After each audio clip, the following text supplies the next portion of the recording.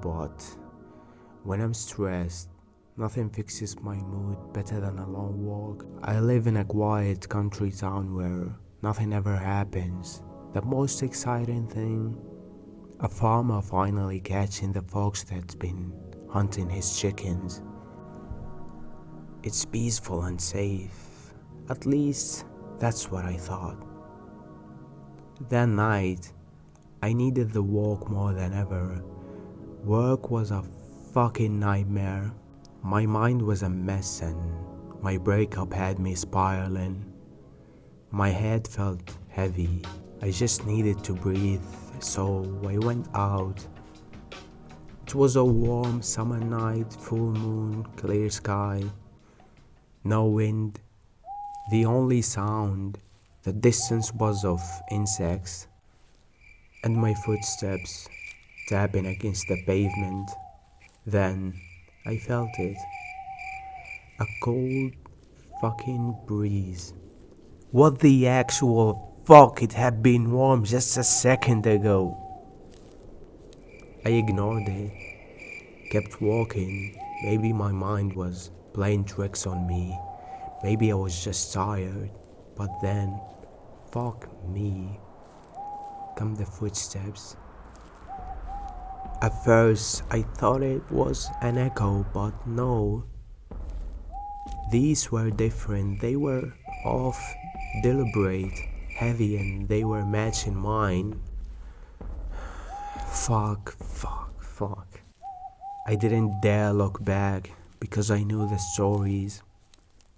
The sheep man, a fucked up legend whispered in my town. They said it appeared when you were at your lowest, when your mind was weak, your heart broken. It fed on fear. And if you saw its face, you'd be dead in 3 days. Heart attack? Suicide. Vanished without a trace. I wasn't about to taste that shit. I quickened in my pace, the footsteps followed faster, heavier. My breath hitched, my skin crawled. Every instinct in my body screamed, run. But running was worse. If I ran, it would follow me home. So I fucking stopped. And so did the thing. The air was dead. No crickets, no wind, just waiting. I had 2 choices. Run and risk bringing the thing with me, or turn around, but I knew the fucking rule. Don't look at his face. Slowly, so fucking slowly I turned, keeping my eyes low, and I saw them. Legs, human shape but long, too long, wrong, bent backward, like a sheep's with a pale sinewy skin, stretched impossibly thin, hooves scraped against the pavement, shifting slightly. Then the smell hit me.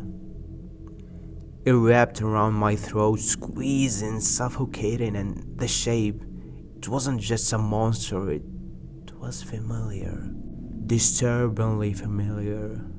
Its frame, thin, delicate, the way it stood, slightly hunched, as if unsure of itself. It had a feminine body, and then it hit me. It looked like my ex. Fuck. The legend said if you only looked at its legs, it will leave. That the creature, whatever it was, will feel embarrassed. So I kept my fucking eyes down. Seconds stretched into eternity. Then I turned back. The footsteps didn't follow. I fucking ran home, locked every door, every window. My body was shaking so badly I could barely make it to my bed. I blacked out, but that's when it got worse. I started seeing sheep everywhere. At first, I thought it was just paranoia, but no. They were watching me on the side of the road, in the fields, staring with those empty fucking eyes. Then came the dreams. I was back in my hometown, but the people weren't normal. They were dressed like sheep. No costumes. No, their bodies covered in a thick matted wool. Their hands had turned to hooves. Their faces still human but empty. Their eyes black pits. And I was one of them. My hands, no, my hooves were stained red. The air was thick with the metallic stench of blood, and in front of me was my mother. She was screaming, but her voice was muffled, distant. And the others, my friends, my neighbors, they swarmed her like animals. Their hooves turned to hands. They dragged her down. She fought, kicking, clawing, but it didn't matter. They pinned her down, their faces blank, expressionless, and then they ripped her apart. I saw hands plunging into her stomach. I saw hands plunging into her stomach, pulling out wet, glistening into her stomach. I saw hands plunging into her stomach, pulling out hands plunging into her stomach. Her ribs cracked under pressure. Someone grabbed a handful of her hair, yanking her head back, exposing her throat, and a knife, jagged, sawed through her neck.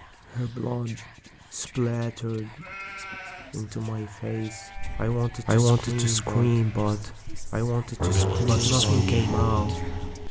It was like the creature wanted me to witness it, like it was forcing me to watch. My mom's eyes locked into mine, her mouth open, forming words, but I woke up before I could hear them. I woke up. It was all a dream. A very bad dream. Then I smelled eggs and coffee, the distant sizzle of a pen. I forced myself out of bed, still shaking, my body heavy and weak, like I hadn't moved in days. My mom stood in the kitchen, flipping eggs, humming like nothing was wrong.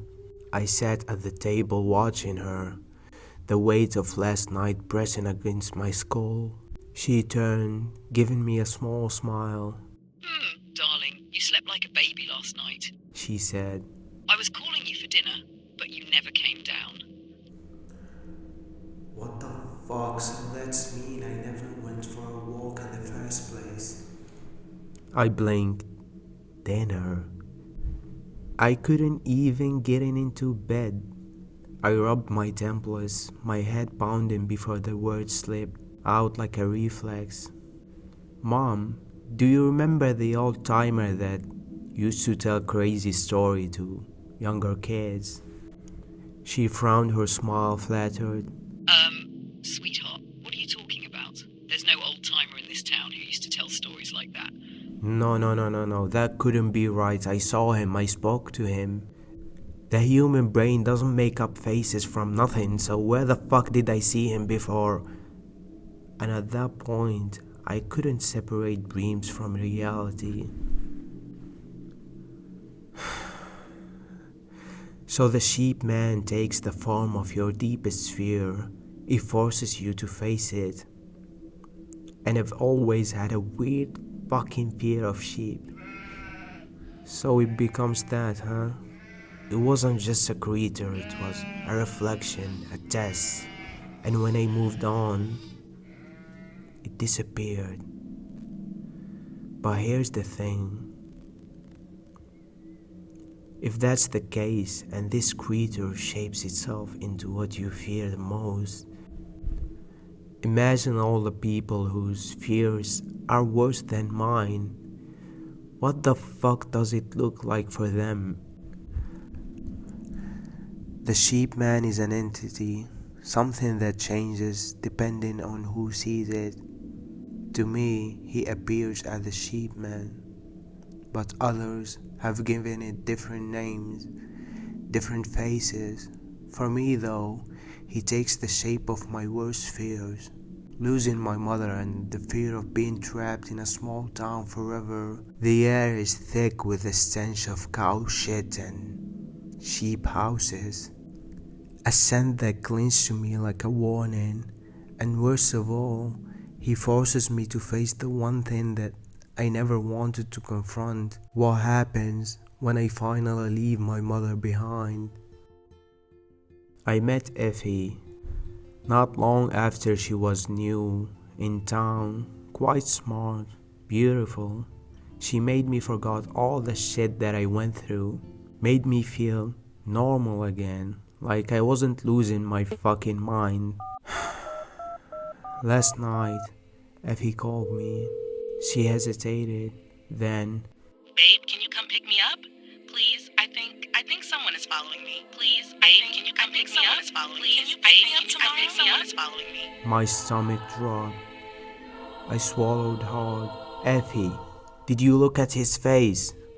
I looked